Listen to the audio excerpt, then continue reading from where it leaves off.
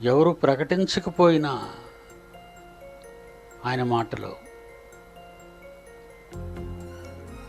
ఆయన తట్టుకోలేని పరిస్థితి ఆయనకి సంభవిస్తుంది. లోకమంతా ఎప్పుడూ ఏదో ఆలోచనలో మాట్లాడుకుంటూనే ఉంటుంది. సంపాదనలో మాటలు, కాపురాలలో మాటలు, విద్యాబోధనలో మాటలు, అధికారాలతో మాటలు. ఒకటి కాదు, 24 గంటలు లేచినప్పటి నుంచి తెలివి ఉన్నంత వరకు మాటలే మాటలు. ఎవరి మాటలు? వాళ్ళ మాటలు, వాళ్ళ స్వార్థంతో కూడిన మాటలు.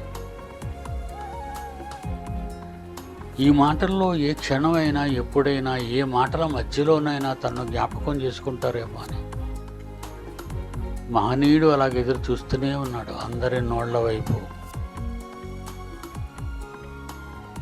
నా గురించి ఆలోచిస్తాడా? ఇద్దరు మాట్లాడుకుంటే ఆయన ఉంటాడు అక్కడ.